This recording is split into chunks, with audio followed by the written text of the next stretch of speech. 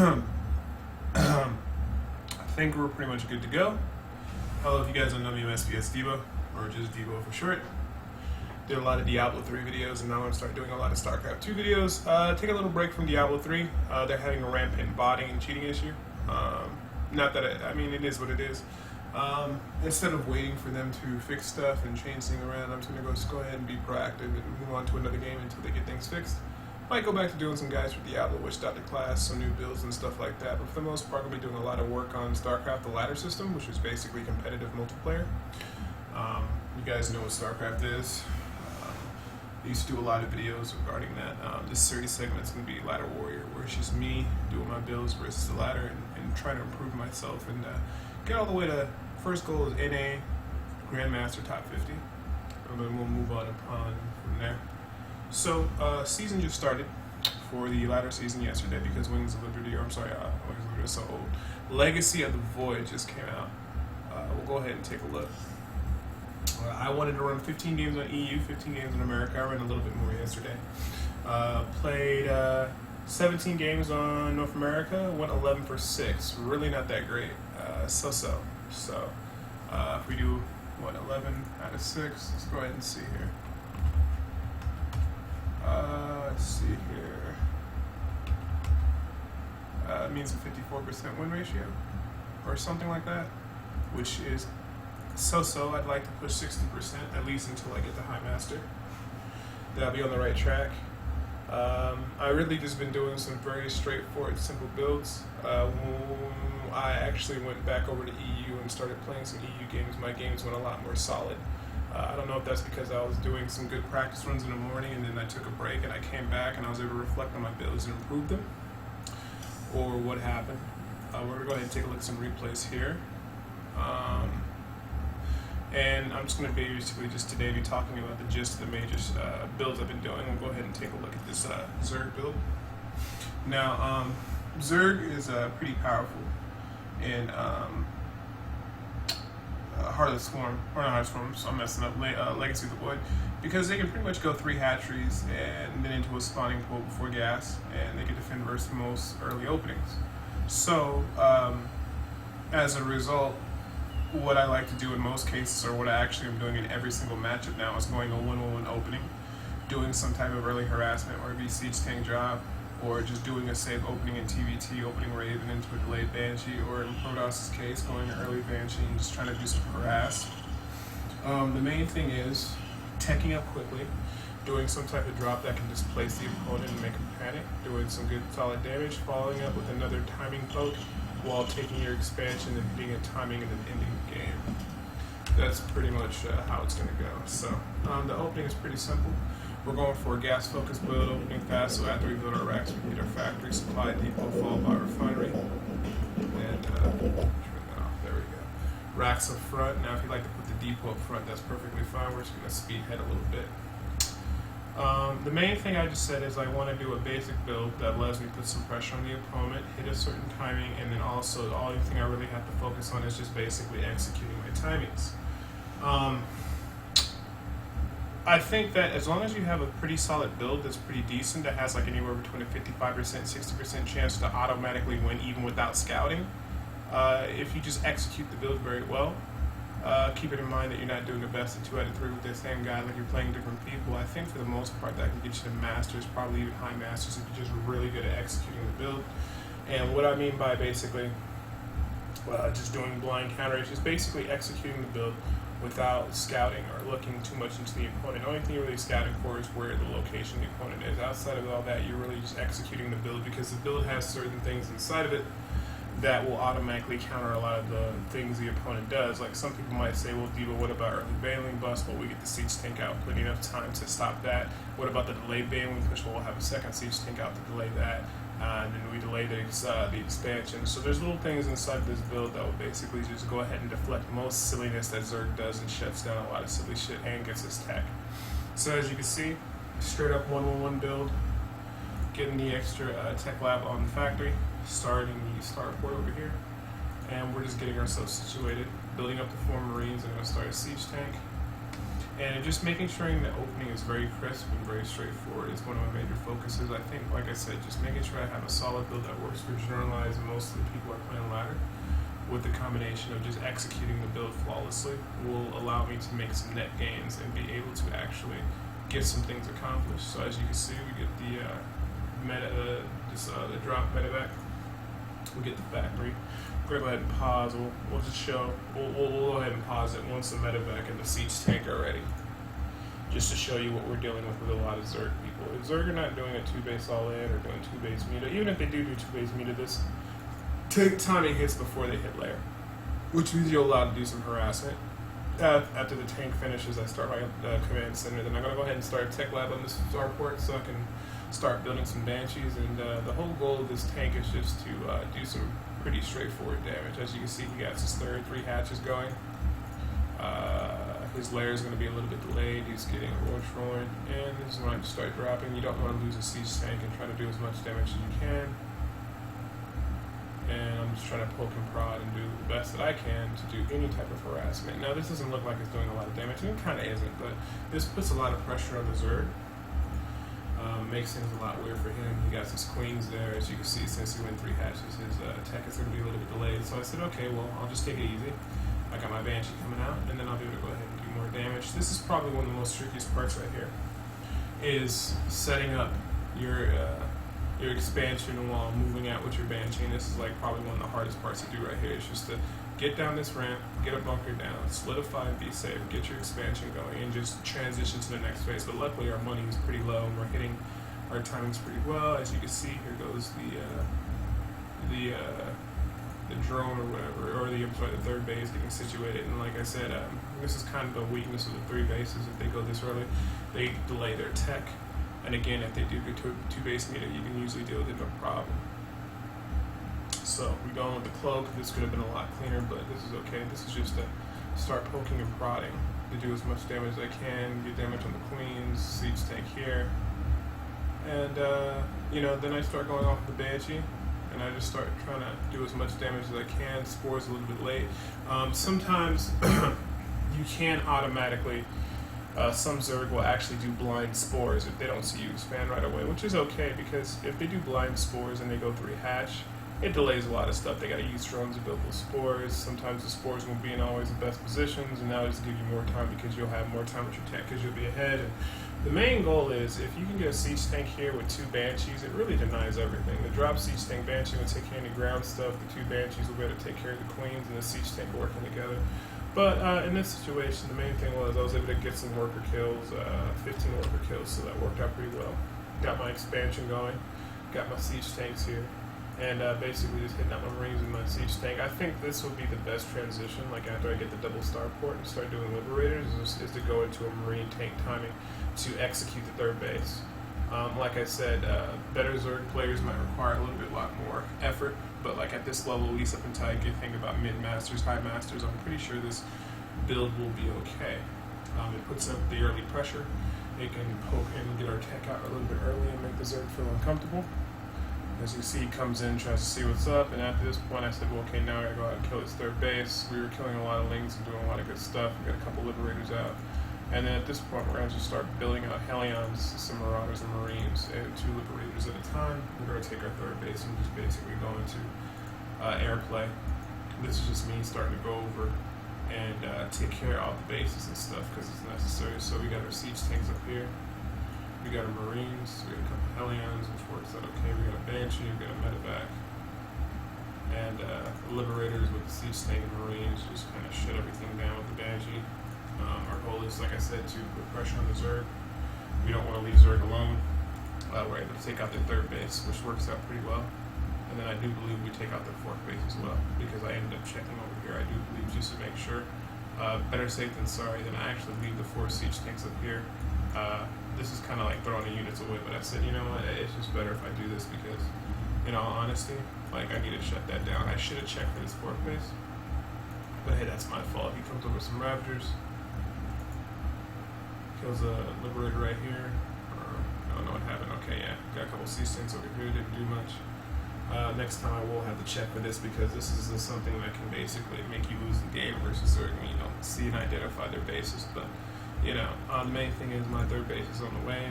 I got my Hellions, I got my Liberators. We're just going to speed through. I'm pretty much going to be building Hellions, Liberators, maybe some Marines and Marauder, a couple medevacs here and there, but these are medevacs I do believe I have to push. Get the Banshees and the Liberators out, turn the third and fourth bases into orbitals, and as you can see, there's really not much you can do between the Liberators and the Banshees. It can pretty much shut down a lot of stuff. And at this point, I do believe I try to go for additional bases. Yeah, so we have Liberators here, I got a couple Banshees. At this point, I'm always trying to just basically take down his hatcheries and keep them on a low amount of bases. You got some Mutalists out, but Liberators got some upgrades and they're doing okay, and by the time they're able to deal with this, the Banshees were able to get the hatchery, and that's the main thing. And he starts getting out Mutalists, and if he gets out a lot of Mutalists, it's not a big deal because we can get out more Liberators, no problem. So that ended up being okay, getting the upgrades for the air. But like I said, this build has a lot more improvements to go. There's a lot more things I can do to make it more functional. I think there's some kind of build like this, if you're really good at scouting and basically identifying different things with the 1-1 opening, you can go Banshee sometimes, you can go Hellion drop. There's a lot of different flexible openings that you can do that will kind of lead you to victory, and I think this might be a good opening for versus the Zerg or Terran, versus Zerg when playing as Terran, because there's a lot of different openings you can do as a 1-1-1 to keep your opponent off. The only thing they'll know is, okay, well, he's going to do some 1-1-1 opening, but what is it? Is he doing Hellion drop? Is he doing airplay? And that will keep him on his toes, because it just seems like you cannot be passive aggressive with Zerg. So for the most part, this started going towards the end game or mid to late game with me just upgrading my upgrades on my air, getting my starports up, I'm gonna get extra factory. Probably I think end up building Thors and some other stuff too. And then once you get to the late game, it's versus Zerg, you always just want to basically just kill their expansions and keep expanding yourself and just building that invincible army where they can't beat it. I'm just gonna fast forward through, end up taking my fourth, and then I take a fifth, and then basically what I'm gonna do is I'm gonna go over there across with a pretty decent army, and then I'm just gonna start eliminating a lot of his bases. You got to be aware sometimes because a lot of Zerg like to do counterattacks when you move out, so make sure you have your defense up in your planetary, make sure you have improved armor on your buildings, and like this is what Zerg do. When Zerg do it, just don't freak out, deflect the attack, rebuild the SCVs, and then at this point I'm just going to go around, and because once a Terran has a 200 supply army, it's really hard for the Zerg to deal with their supply army. So as you can see, we got the Hellions and the Thors out, and he does have some Corruptors, so just make sure you have some Thors in your army, pretty decent down units, ground units, because even though he's able to deal with the air, he can't deal with the ground army. And then pretty much what we do is just go around massacring all his hatcheries. I don't want to attack into his base, I just want to cut off his money supply. And pretty much you're just going to see me just take out all his bases, and then back home I'm building more Liberators, more Vikings, more air. But this is pretty nice as long as you get a nice combination of ground and air. He's always going to have to make that decision on what he's going to do to try to deal with it. And like I said, we kill all of his bases because we don't want him to have any extra income, and we just want to basically, slaughter out all his money. As you can see, we start building more Vikings and more Liberators and more Thors, and then we close the game out. A lot of times I can end the game with the first tank marine push after the Banshees, or early Banshee harassment, or even tank harassment can just basically end the game, but that's pretty much what I'm going versus Zerg. Tank drop into Banshee play, take my expansion, and then just basically follow up with some pretty solid play. Hopefully I can do some better execution on the North American server, because like I said, 11 for 6 is really not that great to go in my opinion. That's 54% win rate. I can do a lot better. But those were my morning play sessions and just trying to get everything figured out. Terran, I don't know if I win this game or lose it. I think I lost that one. Let me see here. Terran versus Terran. I think I do okay in this one. We'll go ahead and take a look at this one. Terran versus Terran is really not too complicated. I like to go 1-1-1 into a Raven, take an expansion. Raven's there to help me defend versus Banshees, and then get a Viking out to defend against drops or stuff like that. Play a little, safe. Get my command center started. my natural, and then basically hit a 2 base timing push. I think I want to end up hitting a 150 foot timing push and then taking a delayed third, so that when I get over there I can basically hit them with a nice timing. Basically, what I'm going for is a composition of mostly tanks, some Marines, a lot of Vikings, and maybe 1 to 2, 3 Banshees, and that's just basically to allow us to push, because if we have the air dominance, it's going to come to a point where if we have air dominance and we have 1 or 2 Banshees, we can take out all his tanks and just basically push into his base. The thing we have to be careful for is people who like to be aggressive and do a lot of drops. But for the most part, I feel like my TBT can be High Masters level. As long as I perfect it, we could probably easily go into Grandmaster level, because it's a pretty solid build. It's just opening safe, and as long as you're good at building everything on time and all that kind of stuff, then that makes life a lot easier. So I'm trying to figure it out. Yeah, so standard 1-1 opening. Gonna get out a tank and a Raven, and then hit a nice 2 base timing and end the game. The thing I like about this build is much you don't need to be that aggressive. We're gonna do the most aggressive thing we're gonna do with the TBT setup is do like a delayed Banshee. But like I said, getting our Marines out, getting our siege tank out. There we go. This will help versus drops and everything else. And then, like I said, we start getting out that Raven. I should probably do move the tank back. This just in case if he does any kind of weird drops. And I start my command center. Very straightforward build. He gets his command center a little bit before us, but that's okay because we're going for a 2 base timing. So focusing on building our units. Get a siege tank with the bunker, and as you can see, he tried to drop with a siege tank, but we had a Viking.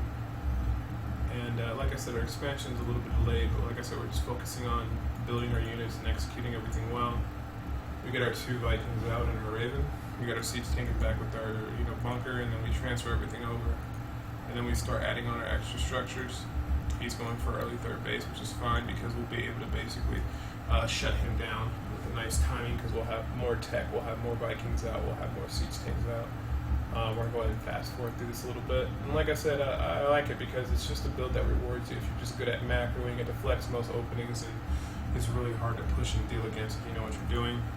Here comes the delayed Banshee push. For Banshee poke, he brings some Vikings over here. And as you can see, I was able to get another Banshee over the back of his base, got some kills, so that worked out pretty well. So that's okay, it's not the greatest. But the Banshee does do pretty good damage. Well, it's okay damage. 7 worker kills. 8, 9. We got 10. Delayed mining here, which is fine. So, he clears that out. He got his tanks here, and as you can see, he doesn't have air dominance. And I said to myself, I'm like, okay, well, it looks like I'm going to end up having air dominance, so I just need to hit a timing and just basically go out and kill him. One thing he could have done is actually start building more Banshees and just basically sat on them, but the big thing in TBT I noticed is like if you don't take air control, that's a very dangerous thing, because between Liberators and Banshees, you can have a very bad time. You can lose the game straight up because you don't have air dominance, and even now it's gotten to a point where I do like old school StarCraft forms, basically. Even back in the day, like in Brood War, we would you only upgrade the damage for the tanks, and you only upgrade the damage for the factory unit, the siege damage, like for the tanks, and for the starport, for the air units, for the damage as well too. You don't upgrade anything else, so I'll be doing that for a while. But as you can see, I get my delayed third out, then I start moving out. We're about pretty even on supply, but like I said, air dominance, you're gonna see it right here. This is a clear reason why air dominance is so important. So I siege up all my Banshees, got some Marines here, and the siege tank, the Vikings just come over and dominate everything. And as long as you have 1 Banshee, you can like clear up everything. He loses vision, he doesn't have anything else. We're going to speed this up, and basically I just bring my siege tanks over, get a good position, and just basically use this. I wish I had 1 Banshee because I got to picking all this off. Some Terrans like to do this counterattack thing with the Hellions, but like I had a couple of units coming out, I was able to deflect that. I don't know why he lifted the orbital. I was able to snipe this, and once I saw that, I was like, okay, well, I'm in pretty much a good position to win. Pull back the units, remax out, and I should have no problem. I got my 3 bases up, and upgrading my air and my ground unit damage, because that's the most important thing. Maintaining air dominance is really huge. because if you got a couple Banshees with the Vikings and you got the bigger count, like, he can't stop your push because there's just nothing you can do. So here comes these tanks. As you can see, I have air dominance, and then after we have this air dominance, what's going to happen is that these Banshees are just going to dominate the field of battle. There's nothing they can do. So even though I have less tanks right here, at some point he's going to have to unsiege because the Banshees are just killing everything. And this is why I say air dominance is really important to UBT, at least if you're running this type of strat at least. So he gets pushed back. I bring the siege tank over in range. 2 Banshees, and the Banshees are just going to basically just pick off everything. These Vikings have upgrades, so it's like these 2 Banshees can just kill all his tanks, and it works out pretty well, and then he leaves the game. So that's kind of the strategy I'm running for TBT. There's a lot more improvements I can make, but for right now, that seems to be working out pretty well for me. And we're just going to go very lightly into a Terran versus Protoss. We'll take a look at this one. Hopefully this one I win. Terran versus Protoss. I think this build can give me a high diamond, maybe low master versus Protoss. In terms of getting to high master GM level, this build will need a lot of work. You'll need a lot of scouting. This build does like a lot of blind countering stuff. It's basically a 1-1 opening. I hit like a nice Marine Hellion timing, followed by getting some Banshees out in the late expansion and going for like a 2 to 3 base starport play. It pretty much counters any earlier Oracle, not because I want to. Properly, I shouldn't be building blind turrets. I should be actually scouting to see if I need to build those turrets, but it's kind of difficult sometimes to see if the Protoss is going starport, even with the expansion. You can do a lot of different deceptive things, so as you can see, I just go with the racks with the core, the factory. I pull 3 off gas so I can get those extra minerals in so I can produce these unit sets. And as you can see, it's just 2 Marines at a time in a Hellion. I usually like to move out when I get my 3rd Hellion and do some timing pushes. And this actually deflects a lot of silly shit that actually goes on what Protoss does. Hellion Marine is a really good way to stop a lot of stuff. I don't know why I go up to 4 Hellions in this situation, but okay, not a big deal. Add the starport, blind, like I said, blind turrets I don't like, but it's just a part of the game, and it's just what I've been doing. Protoss got this expansion, and let's see if we can do some magic. I don't know if I'm able to get in here and do some damage, but we're just going to speed it up. And I think this is a little bit slow. I think in the back of the base, yeah, I was just making sure I got my Banshee and my cloak started, and I got that. So here comes the Marines, and this was pretty much just a waste, right? I didn't need to do that. There was too many dips there. I could have just brought those units back. One thing I will start doing is, well, right here was pretty smart. I put a double bunker up, but another game I lost game because I didn't do this. It's like, okay, will it do anything? I should really start doing this a lot more. It's just walling off when I leave with that force, so I can at least have a wall off with my additional forces. Here comes this observer. Here comes the Banshee. Luckily here the Banshee's going to do a lot of damage, and the nice thing about Banshees, it forces the Protoss to either do blind cannons, which is great, or he's going to make sure he has to have an observer in his main base, his natural, and his 3rd. I get pretty lucky here because I just go on a tangent of just basically harassing the living crap out of his probes. I just try to keep the Banshee alive. Here comes the next Banshee. And just going in trying to do as much damage as possible. The only reason I was able to keep up economically and do okay is because I was able to poke and prod and hit from so many different angles. As you can see, he gets 1 observer here, a couple stalkers. This makes it so that he can build what he wants out of a robo. He has to get extra observers up, which is exactly what we want. Blind cannons, which take up more money. And like I said, 3rd base not doing anything because, like I said, we got Banshees everywhere. And even then, when they got blind cannons and certain things, you can still come in and do a lot of damage. As you see, I just keep poking and prodding. And you can see I'm starting to get some decent units out. And we got about 8 workers killed. Not the greatest, but I mean, it is what it is. Now he tries to come in with the Banshees, or with the Stalkers and Depths and stuff. And this is where it works out pretty well for us, because when you go a lot of Banshees, he needs a good amount of Stalkers to defend versus this, or he needs Phoenix, but he didn't. And then I was just basically able to terrorize this whole ground force. Came over here. When I saw this, I was like, okay, well, this worked out pretty well, but I need to go immediately counter. And I decided to take my units to his main base And I do believe, I think this is a double prone attack I like to do sometimes. No, actually no. I just sent all my banshees to his base, started killing all his stalkers. There was not much he could do. This is kind of like what Protoss deal with Mutilas. Sometimes they just can't deal with a lot of air like that unless they build it ahead of time. So this might be something to explore. But that's it for basically the first ladder warrior session. On North America, I went 11 for 6, 17 games, which is not great, 54% win rate. When I played in the afternoon on EU, I played a lot better because I think I had some early morning practice games. I took a break, did 4 hours in North America, took a break, ate some lunch, was able to look over my builds and see what I needed to improve, and came back, got on EU, had a much better run on EU, just because I had my builds down and I knew exactly what I needed to do, how I needed to do them, how I needed to run stuff. And like I said, hopefully both accounts beat down today. If I keep producing at the same level, we'll go ahead and take a look at multiplayer. We'll go ahead and take a look at what my win-loss ratio was. Yeah, a lot better on the EU, 11 for 4. That's something I like to see on North America, even though I played 3 more games more on North America. Let's see here.